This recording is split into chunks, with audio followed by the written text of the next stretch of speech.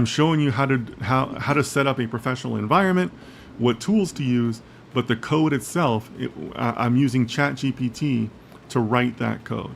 So it's my own twist on this book, and I don't think anybody else out there is doing that. This book, again, I'm referring to this book here. This book exists for Python, for R, but nobody is doing it for AI. That's what I'm doing. That's the twist that I'm adding. So I do agree with you that some parts will be automated, but there are other parts that will still require a work of a data scientist, right? Because remember, an algorithm doesn't know what to write. You have to direct it to know what to write.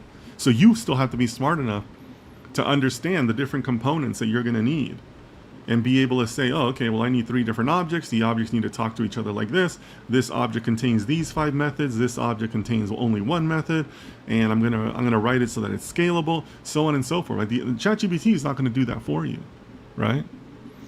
And also, if you want to look at the replay, on the class last Sunday, we had a scenario where ChatGPT made a mistake in writing code. It made a very basic mistake, an extremely basic mistake, right?